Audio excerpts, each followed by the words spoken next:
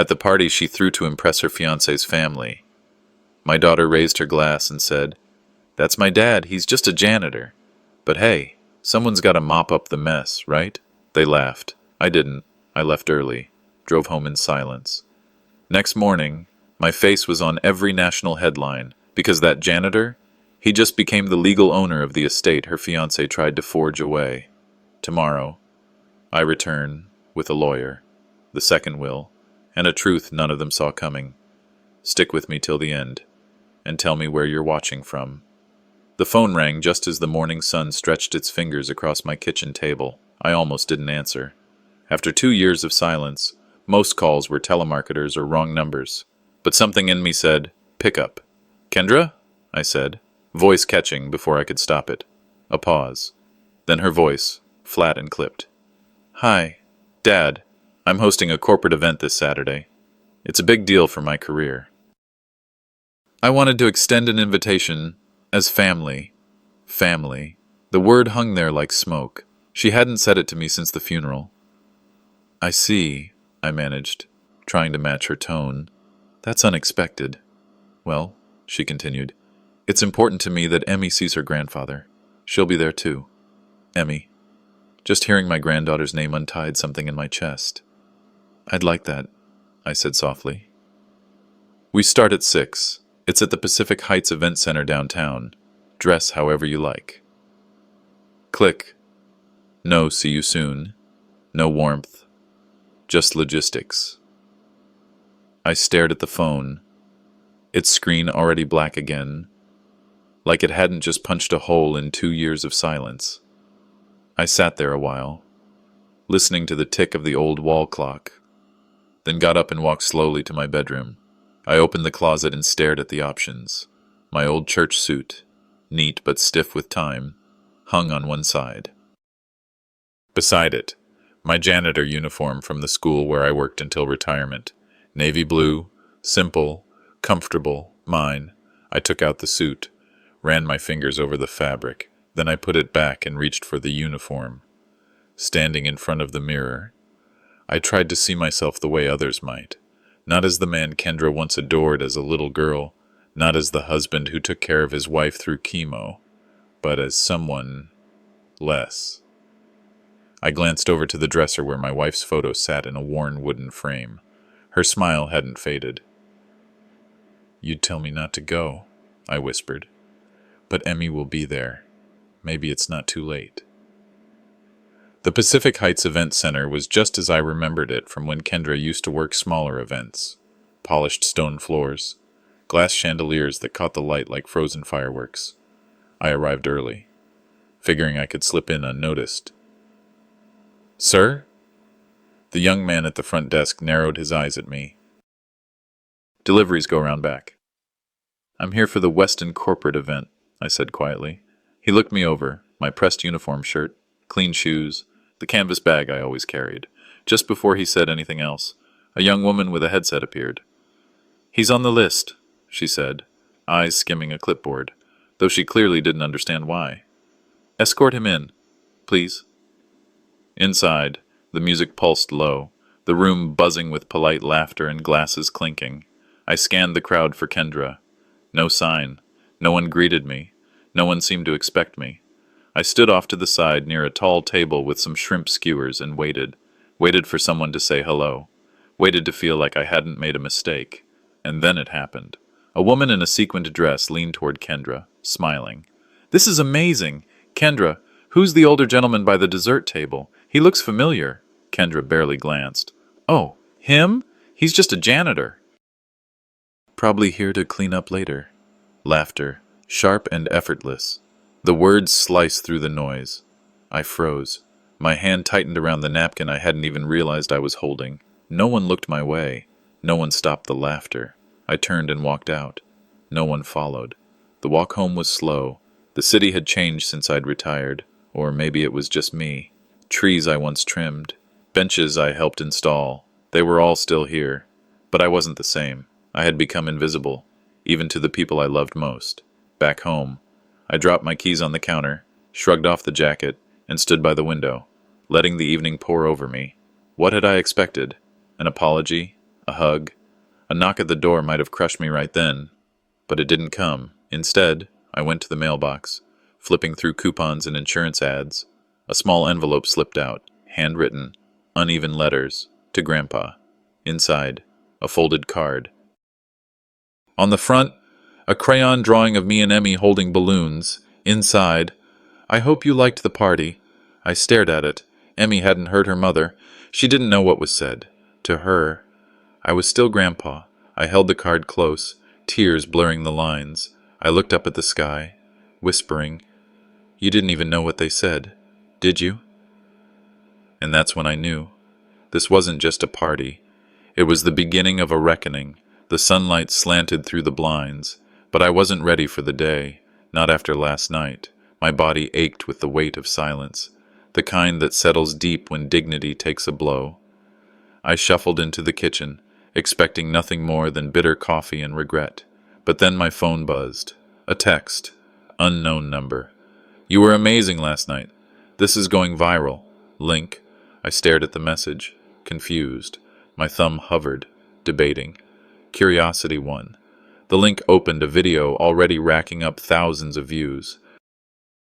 There was Kendra, lit perfectly in her champagne dress, laughing with guests. "He's just a janitor," she said, eyes twinkling with smug charm. The camera panned. There I was in the background, holding a slice of cake I never got to eat. My face stunned, hurt, human. The video cut just as I turned away. I didn't know who filmed it. Maybe a guest, maybe a server. Didn't matter. The internet had it now. I put down the phone like it was hot, like it had burned me. Out on the porch, I hoped the morning breeze might clear my head. It didn't. A teenager zipped by on his bike, then circled back. "You're that janitor guy on TikTok," he shouted, grinning. He pedaled off before I could respond. I sat down, heart racing. That was fast. The phone rang. Emmy's name lit up the screen. "Grandpa, you're on TikTok. Did you see it?" Her voice was pure excitement, innocence. She didn't know. Not really. "I saw it, sweetheart," I said softly.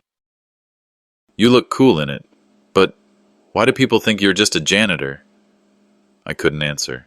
Not then. I promised to talk soon and hung up gently. By noon, my name was popping up in comment sections. "Poor old man," one read. "Kendra's career is toast," said another. Strangers were arguing, speculating, dissecting a 2-minute clip like it was a crime scene. I needed air. Not digital air, real air. I walked across the street to Rosa's house. Rosa had been my neighbor for years, a retired school principal with a sharp tongue and an even sharper sense of justice. She let me in without a word, poured coffee, and opened her laptop. We watched the clip together. She didn't say anything until it ended.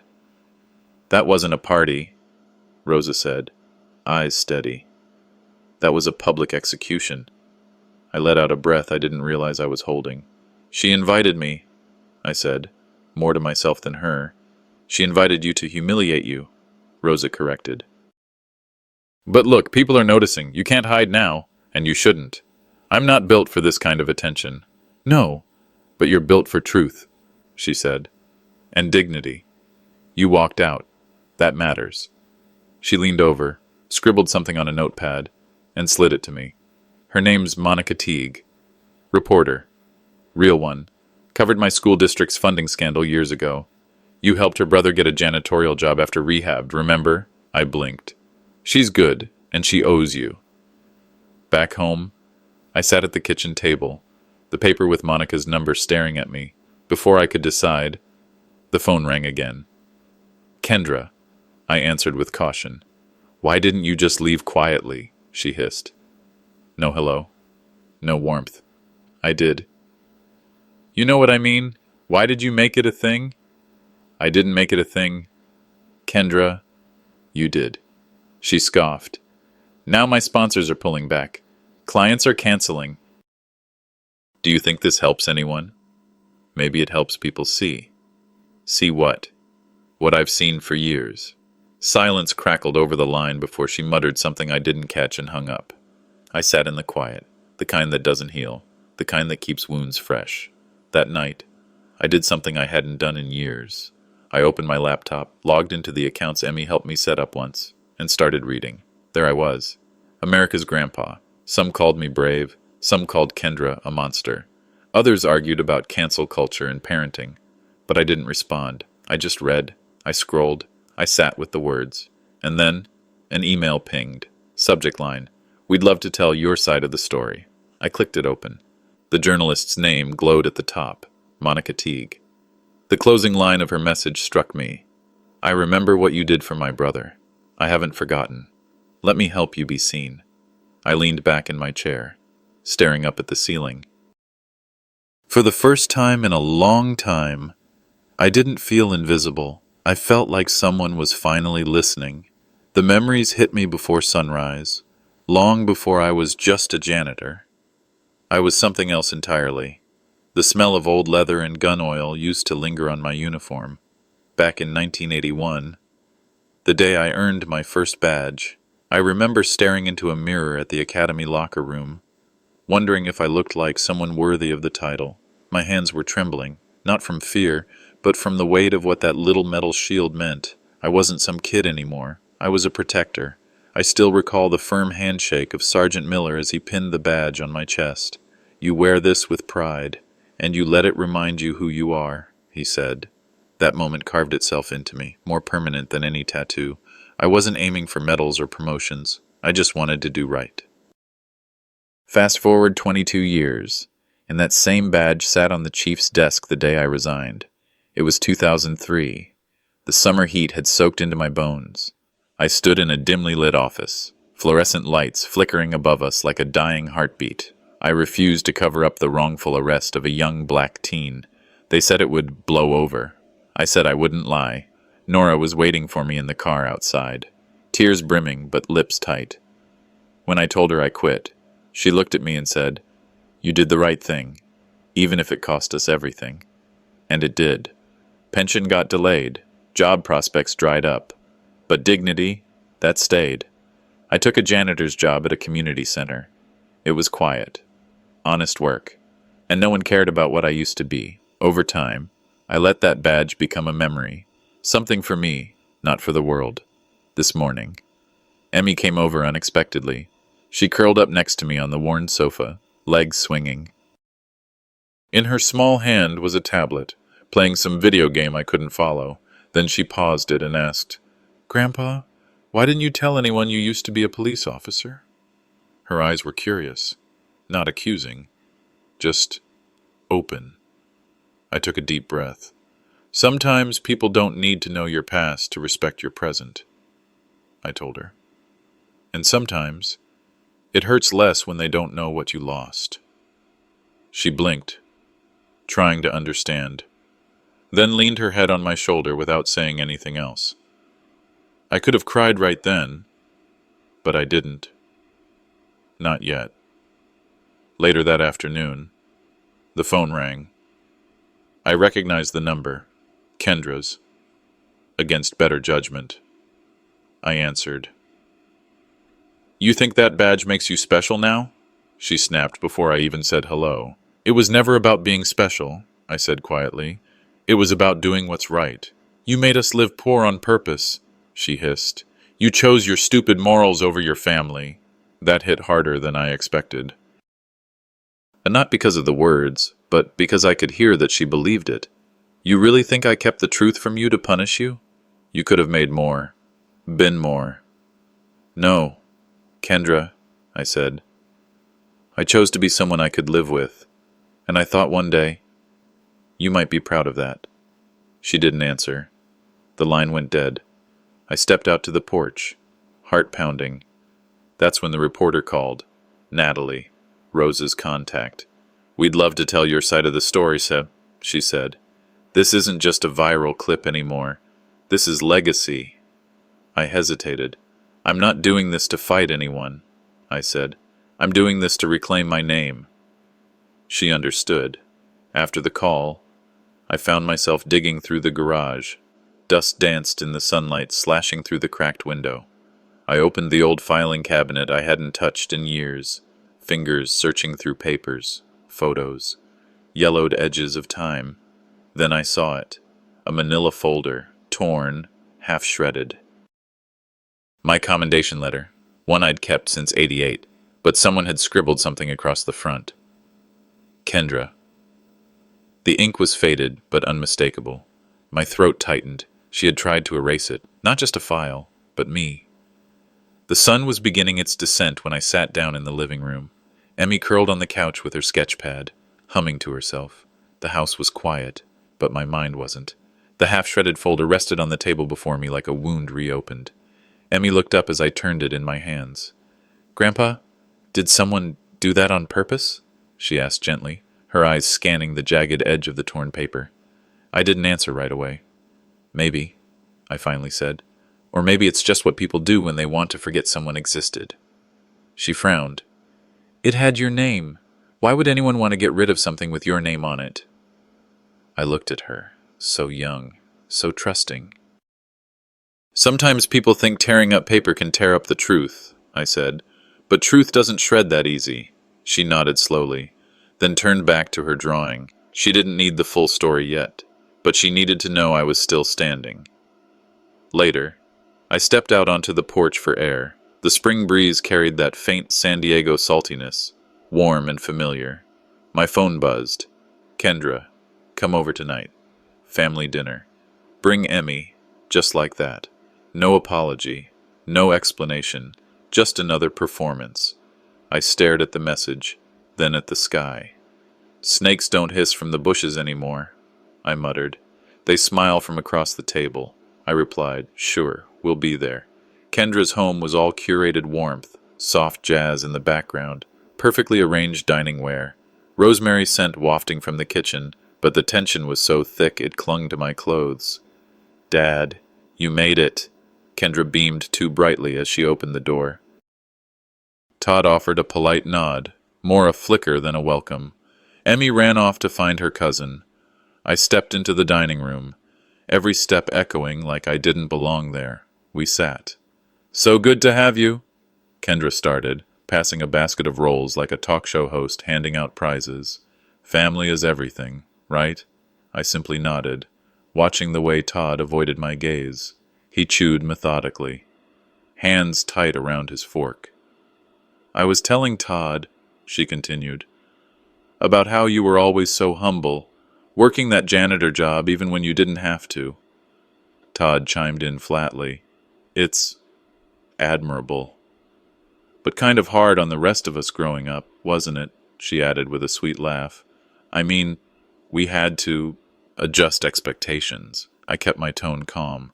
"Some choices don't buy you comfort. They buy you conscience." Emmy glanced at me, then at Kendra. "He gave up his police job because someone got hurt. He told me." Todd's chewing slowed. Kendra's smile faltered just a hair. "Well, sweetheart, there's always more to a story." I met her eyes. "And the truth usually doesn't need editing." After dinner, I helped bring dishes into the kitchen. The space was warm, clean, sterile, even. I reached to place a dish down and noticed an envelope on the counter. My name, no return address. I didn't hesitate. Slid it open just enough to glance inside. Legal stationery. Property consolidation agreement. Signature block. My name. A scribbled signature that wasn't mine. The floor didn't move, but it felt like it should have. "You shouldn't be in here." Kendra's voice came from behind. I turned, envelope still in hand. "This?" I asked. "I don't remember signing it." She didn't blink. "Maybe your memory's slipping, Dad." I placed the letter carefully back on the counter. "No. I remember everything I choose to remember." She crossed her arms.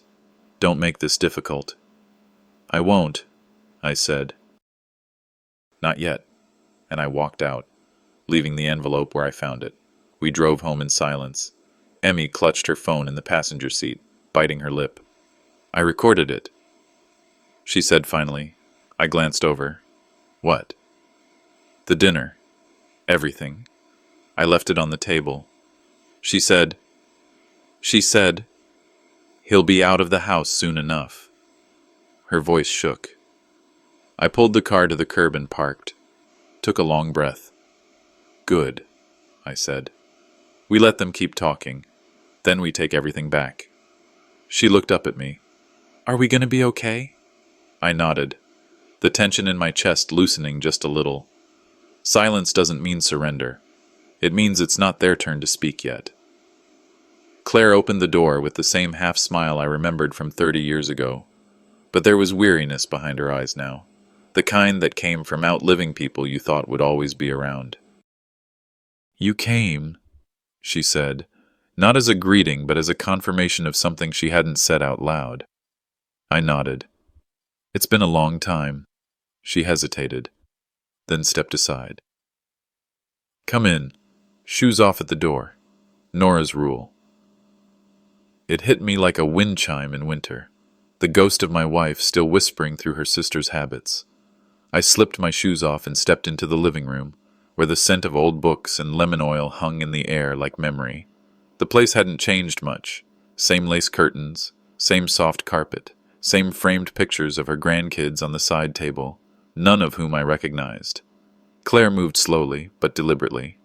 Tea? Sure. We sat in silence as the kettle hummed. She poured 2 cups, added a splash of almond milk to hers. I took mine straight. No sugar.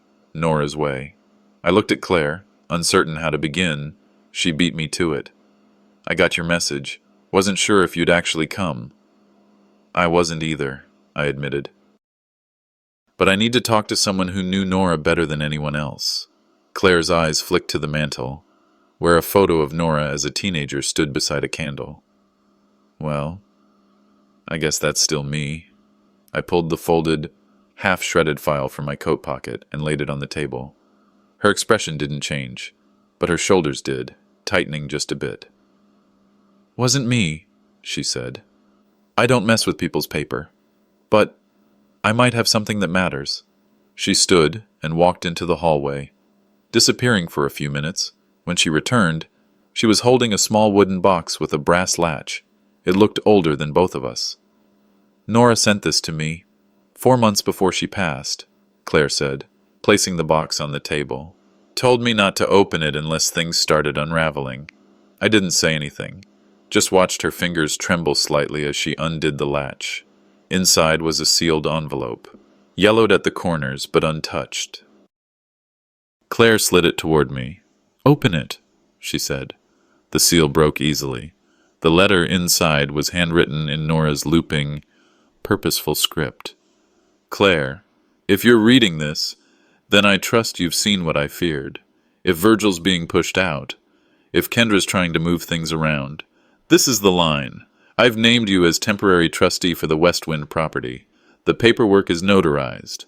Keep it somewhere safe. Tell Virgil he was always enough, even when he doubted himself. Love. Nora. There was a second document behind the letter, signed, notarized, dated just weeks before she died. I swallowed hard. She knew. Claire nodded slowly. She always did, but she hoped Kendra would prove her wrong. I leaned back, eyes fixed on the letter like it was some divine permission to finally stop blaming myself. Thank you for keeping this. Claire reached out, her hand covering mine. You were her forever. Not them. The kitchen smelled like chamomile and resolve. For the first time in years, I felt like someone had placed a hand on my shoulder and reminded me I wasn't alone in this war. She thought I gave up after she passed, I said, voice barely above a whisper. But the truth is, I didn't know where to start. Claire stood and walked to the drawer near the fridge.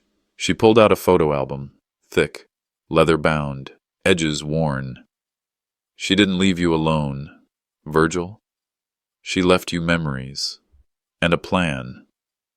As we flipped through the photos, I saw a life that felt 1,000,000 years away. Nora in her garden, me in uniform, Kendra as a toddler, holding Nora's hand, and then, the final photo, Nora on the porch swing, her hand resting on the envelope we had just opened. It was a silent nod from the past, a whisper of faith. Back at the table, I picked up the trustee document again, eyes scanning the details. There it was, Clear legal authority that could challenge Kendra's bogus consolidation papers. I didn't smile, but something steadier settled in my chest. "Can I take this?" I asked. Claire nodded. "It's yours now, but don't sit on it too long." I stepped outside, the sunlight harsher than I remembered. Called Emmy as soon as I got in the car. "Sweetheart," I said, "start organizing every audio file you've got. All of it. Date stamp them if you can." "What's going on?" she asked. Voice curious, but alert. "We're not fighting blind anymore," I told her. "This time, we've got the truth and paperwork." A pause. Then her small, strong voice. "Let's take everything back."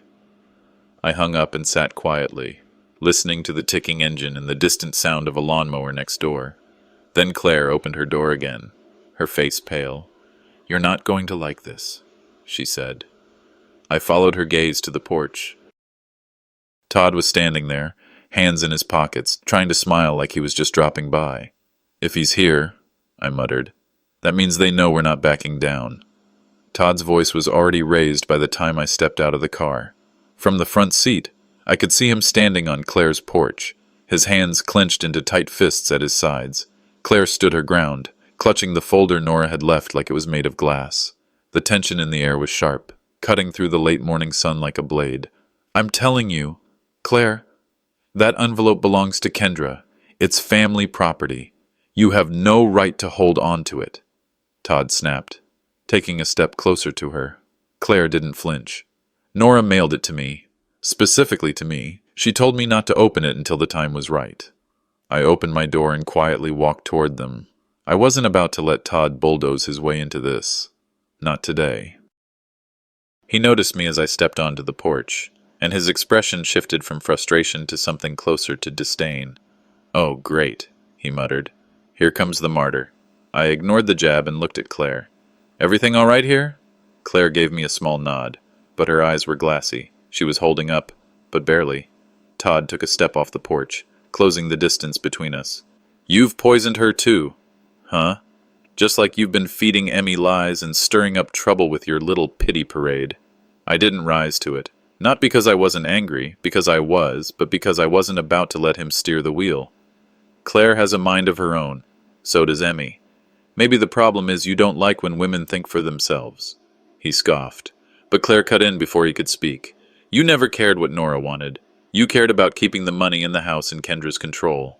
Todd turned to her, face tightening. "We've done more for this family than he ever has. You think this man deserves anything more than what he's already gotten?"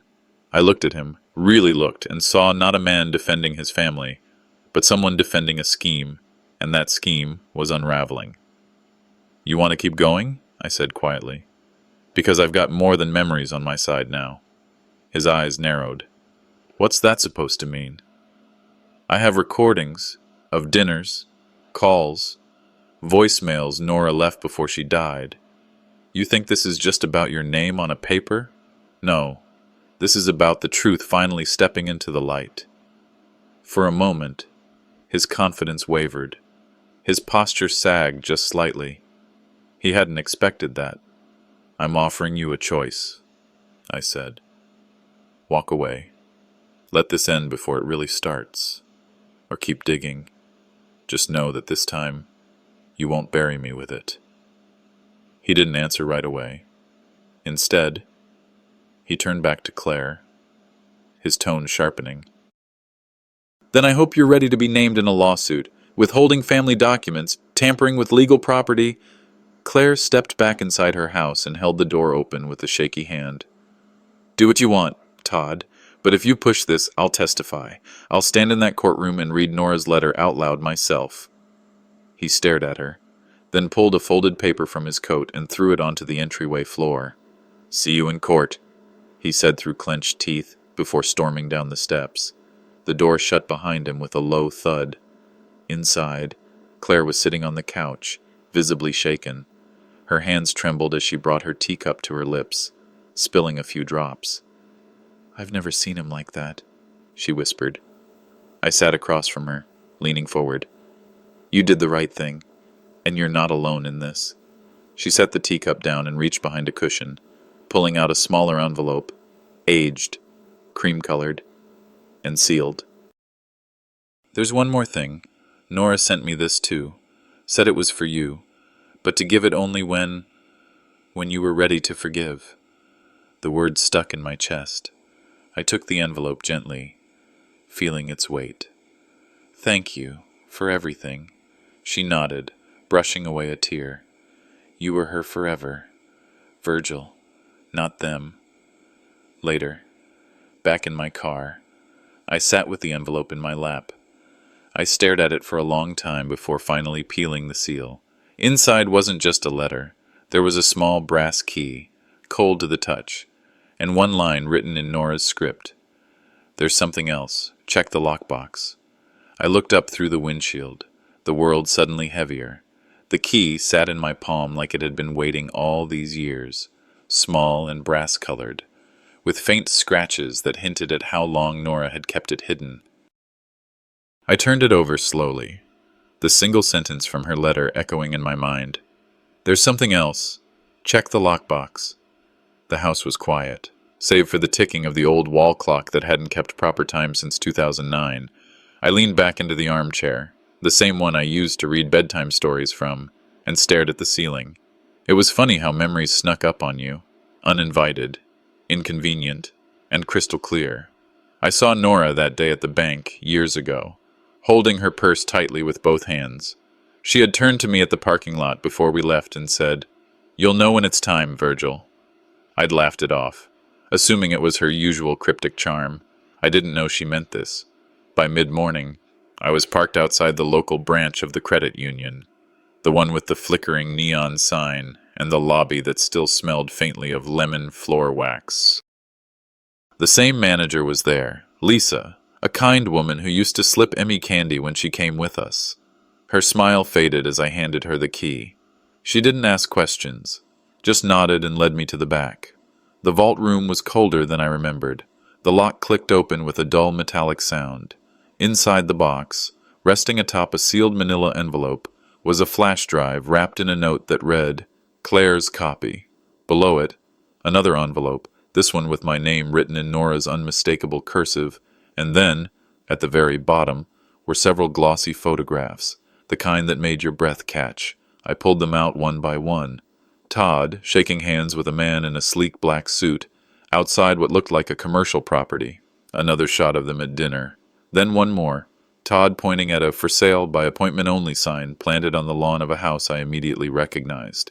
Our second property. I opened the envelope. Inside was a will, dated. Notarized, updated. Nora had revised everything 6 months before her passing. It designated me as primary executor, but named Claire as secondary. In case of family duress or manipulation, I swallowed hard. She'd seen it coming. I left the bank with the lockbox's contents in a folder pressed tightly to my chest. I didn't go straight home. I needed to see someone who still believed in what we were fighting for. Emmy was already waiting in the booth when I walked into the diner, her favorite spot by the window. She gave me that nervous, hopeful smile that reminded me so much of her mother when she was little. "I got your text," she said, sliding a milkshake aside so I could set the folder down. "What's going on?" I laid out the photos first, then the copy of the will. I didn't give her the USB yet. That would come later.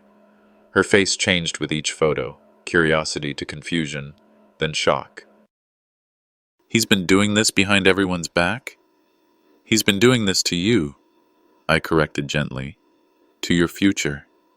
She was silent for a long time, then whispered, "I knew he was shady. I just didn't think anyone would believe me." "I believe you," I said. "But now, we've got more than belief." Back home, I set up my old laptop, the one I barely used except for taxes and the occasional crossword site.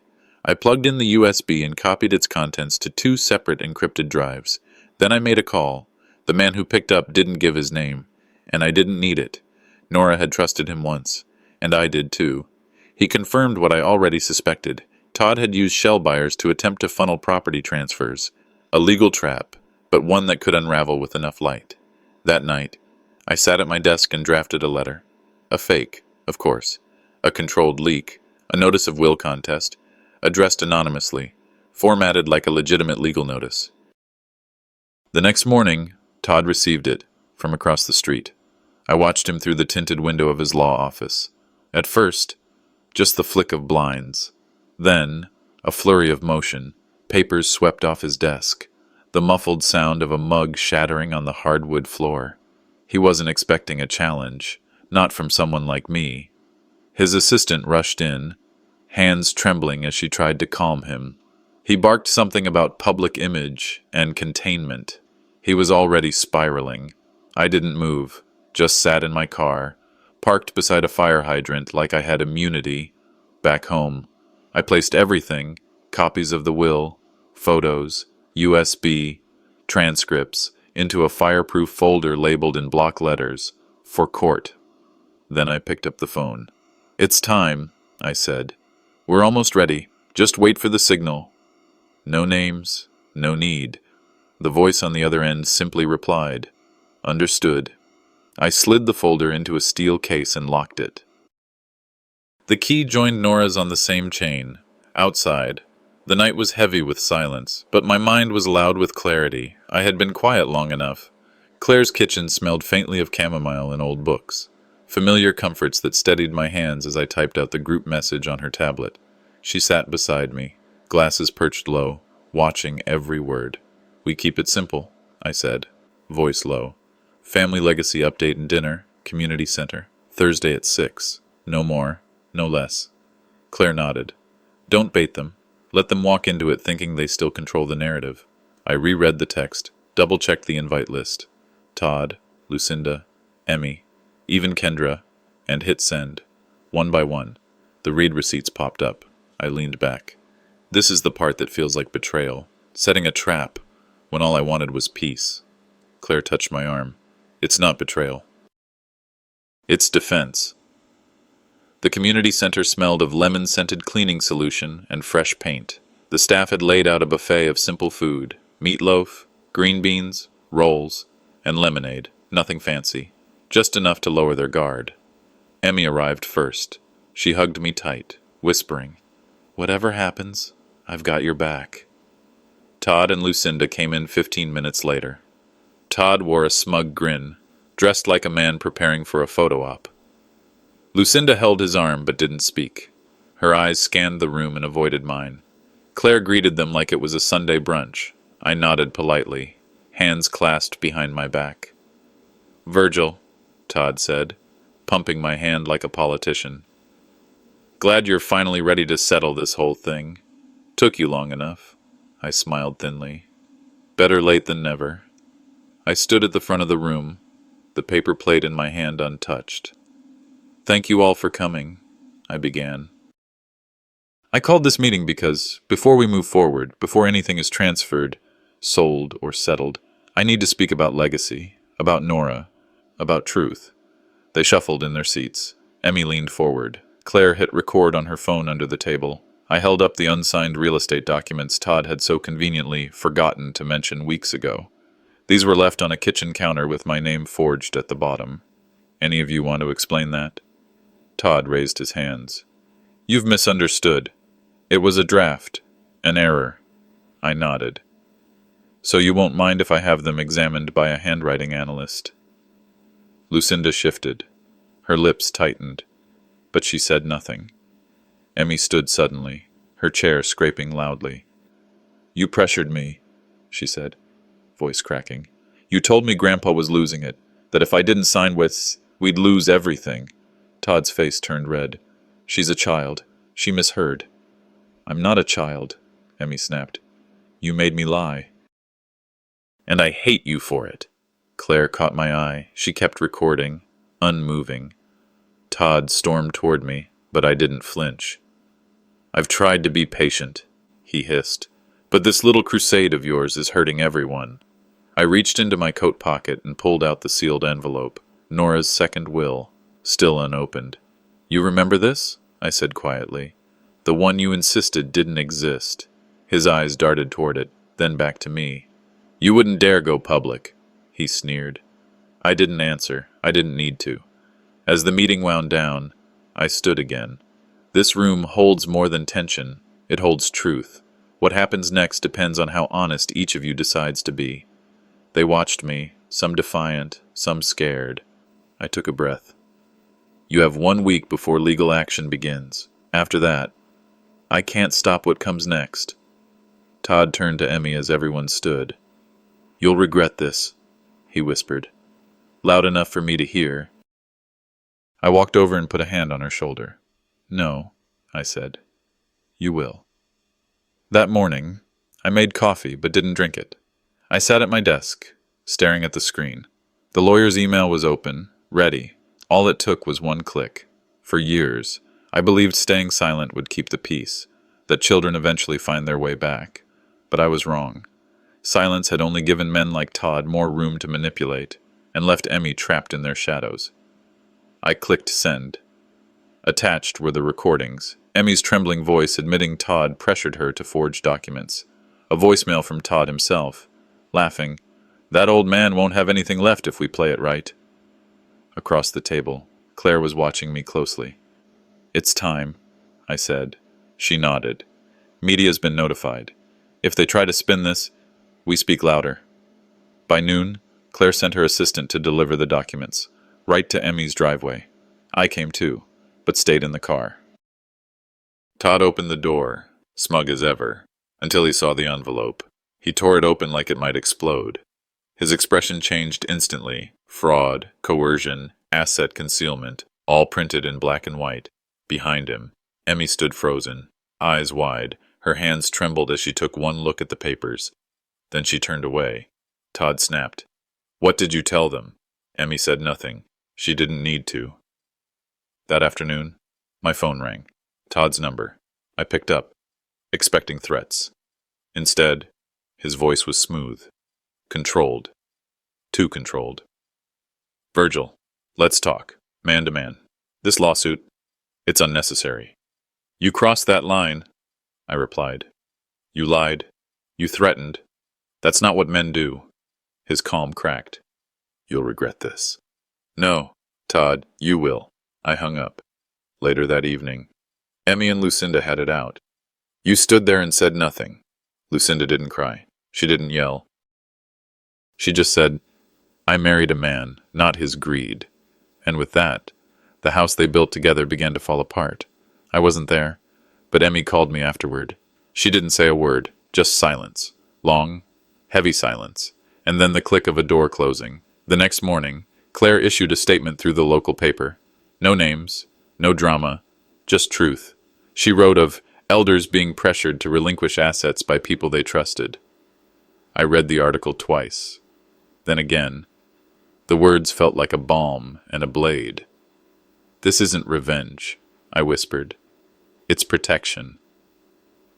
That afternoon, I went to see Emmy. She opened the door slowly, her face stiff, guarded. "I'm not here for a fight," I said. "I just wanted you to know you still have a voice, but the window's closing." She didn't speak, not a word. But her eyes, they didn't hate me. And when she closed the door, I knew the daughter I raised was gone, but the woman inside might still have a voice left to reclaim. I arrived 15 minutes early. Claire was already in the attorney's lobby, holding a manila folder tight against her chest like it might slip away. Her eyes met mine with the same quiet resolve we'd been trading for weeks now. Inside the conference room, everything felt sterile. Polished oak table, pitcher of water, unopened notepads. The lawyer, Mr. Dalton, nodded and gestured to the long seats, but didn't speak. He was waiting for them. 10 minutes later, they arrived. Todd walked in first, bold, smirking. Emmy followed, eyes red, face unreadable. Lucinda brought up the rear, arms crossed, avoiding mine entirely. No one greeted each other. Mr. Dalton cleared his throat. "We're here today to formally read the final testament and last will of Mrs. Nora Addison, dated and notarized 2 years prior to her death." He placed the sealed envelope in the center of the table. My heart didn't race. It beat steady, like it already knew what was coming. When he opened the envelope, a handwritten letter slipped out first. "To my granddaughter, Emmy. The room shifted. Mr. Dalton began reading, and her voice filled the space, not through volume, but through memory. My sweet Emmy, if you're hearing this, it means truth has found its way back into our family. I loved you more than words can bear, and I worried you might one day forget who you are beneath other people's voices. You are kind. You are strong. Please, listen to the version of you who helped me plant roses, not the one pressured to betray. A single tear ran down Emmy's cheek. Todd looked like he wanted to explode, but couldn't find an opening. Then came the real storm. I, Nora Addison, being of sound mind, hereby declare the following. Claire and I held our breath together as the property allocations began. The primary home went to Emmy's trust, but with conditions. Emmy shall inherit the house under the terms that she dissolve her legal marriage to Mr. Todd Gardner and attend a reconciliation meeting with her grandfather, Virgil Addison, and executor Claire Mitchell, within 30 days of this reading. Gasps echoed. Todd stood up. You've got to be kidding me. This is a setup. Mr. Dalton raised a finger. Please remain seated. Mr. Gardner, this document has been verified multiple times. Todd pointed at me, veins in his neck flaring. You did this. You and that dead wife of yours manipulated everything. I stood up too, but I didn't raise my voice. No, Todd. Nora saw you before the rest of us did. She saw the greed, the gaslighting. That's why you're not in the will. He turned to Emmy. You're just going to sit there and let them strip everything from us? Emmy's voice was barely a whisper. From you, Todd. Not from me. That was the first moment I thought I saw my daughter again. Just a flicker behind the tears. Claire held out the notarized document for him to see. It was filed well before you ever entered the family, he sneered. Then I hope you're ready to burn this whole thing down in court. He stormed out of the room, slamming the door hard enough to rattle the windows. No one followed him. After a long silence, Lucinda stood and simply said, I'm sorry. Before walking out behind him, the rest of us didn't speak for a while. Outside in the parking lot, the air was cooler, but not calmer. I reached my car, keys in hand, when Todd reappeared from around the side of the building. You think you've won? He growled, grabbing my arm. You think this makes you some kind of hero? Claire shouted from the door. Let go of him. And just as Todd shoved me back, a police cruiser happened to roll by. The officer stepped out, firm and measured. Sir, is there a problem here? Todd raised his hands. No problem. Just family talking. The officer glanced at me. I didn't flinch. We're done, I said. Todd backed away, eyes burning. This isn't over, old man. No, I replied, calm as ever. But your silence is. He disappeared into his car, and for the first time in months, I felt a knot loosen in my chest. Later that evening, Lucinda asked for a ride home. I didn't say no. We drove mostly in silence. She stared out the window. I stared ahead. As we passed the street where Emmy grew up, the house Nora once painted blue, she turned to me. She's scared. Emmy, but maybe now she sees it too. I nodded. Maybe. But it's her fight now. I didn't stop the car. I didn't slow down. I just let the house fall into the rearview mirror like a chapter that had finally closed. I hadn't even stepped past the threshold of the diner before I saw the looks. People paused their coffee mid-sip. Forks hovered over scrambled eggs. And heads turned, some curious, others judgmental. On the counter by the register sat a stack of local newspapers. And there I was, my face, weathered and lined, staring back under the headline, Janitor at Center of Family Estate War. Claire waved me over to a corner booth, her phone already in hand. You're trending, Virgil? She said flatly. Channel 4, Channel 8, national news. Even Reddit's got a thread on America's Most Honest Janitor. Lucinda slid in beside me a moment later, setting her purse down with a quiet sigh. You all right? I wasn't, not really, but I nodded anyway. The noise of the diner buzzed around us like static. Some faces smiled, others, not so much. I'd spent years cleaning floors beneath these people's feet. Now they were reading about my life like it was part of a reality show. Funny, I muttered. All I ever wanted was to retire in peace. Turns out peace doesn't come free. Back at Emmy and Todd's apartment, a different kind of storm brewed. I wasn't there. But Claire told me later what she'd seen on the midday news. Todd pacing, yelling at the TV, veins visible on his neck, face twisted like a cornered dog. The national segment wasn't kind. They aired a snippet of Nora's will, the part about Emmy's inheritance being conditional. The hosts debated it like it was a soap opera plotline. Was the father right to demand divorce, or is this emotional manipulation? They asked. Todd threw a remote across the room. Defamation, he growled, dialing his lawyer. They're making me look like a leech. And Emmy just sat on the edge of the couch, silent, cheeks streaked with mascara and regret. She rose, walked slowly into the bathroom, and locked the door. Claire told me later she heard the click of the lock, but not a single tear after. I watched the same broadcast in my living room, Lucinda beside me. They played the voiceover of Nora's letter again, her words ringing clear and heartbroken. Even after death, her voice could still fill a room. Lucinda handed me her phone, texts, emails, messages from strangers. You've got people out there rooting for you, Virgil. But I couldn't feel it yet. I just saw Nora's eyes. I heard her voice in that last voicemail I never deleted. She'd trusted me to do right by her legacy.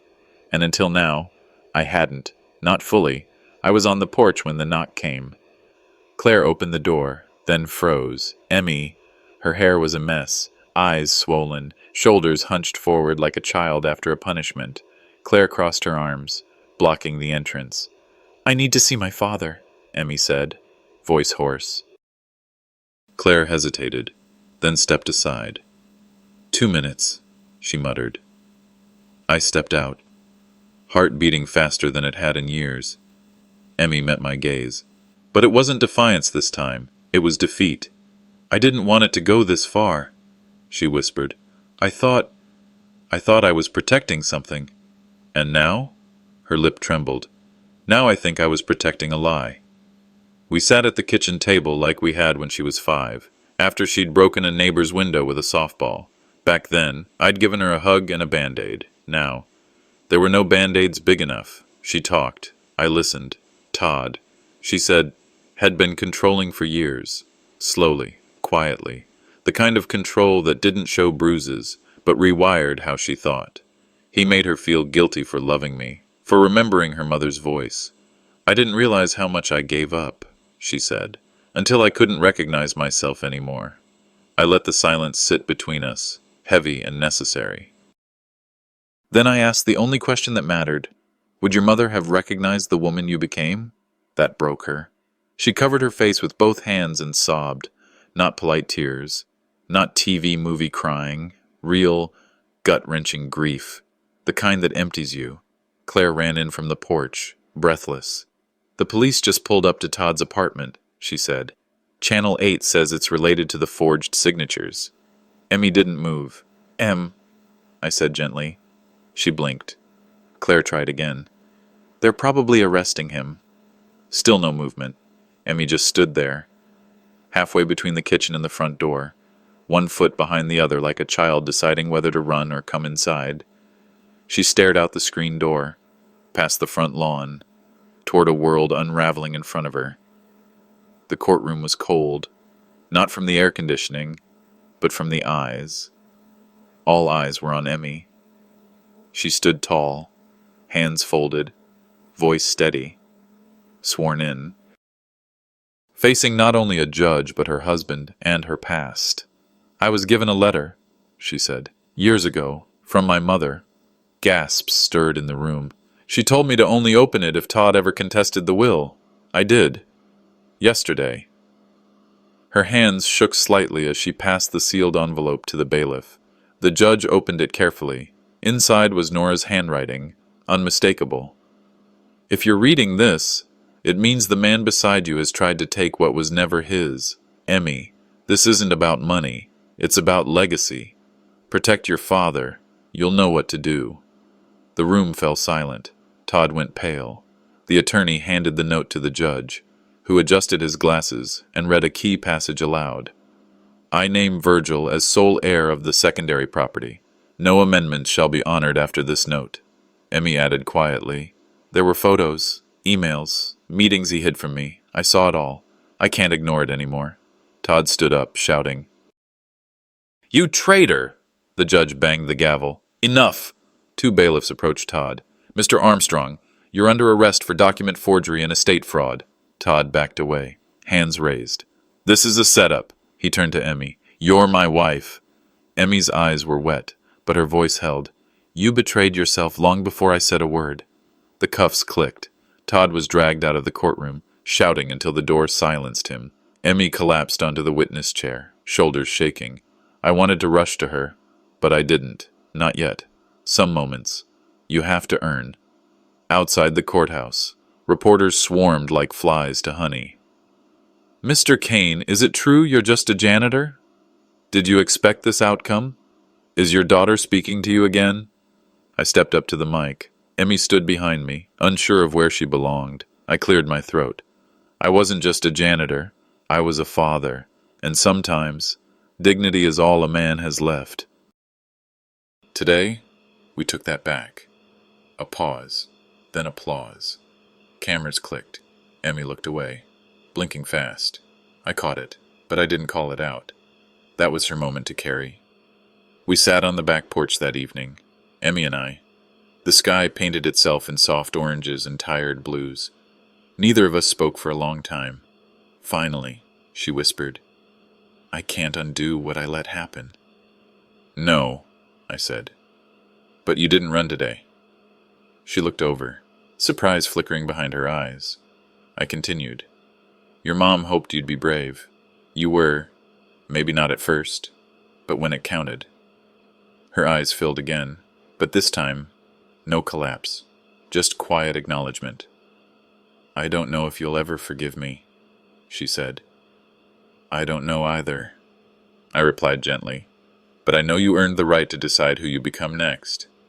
Don't waste it. The next morning, Emmy packed a single suitcase. Lucinda handed her a jar of homemade preserves and said softly, Take care of him. I will, Emmy replied, though I knew she meant someday. Not now.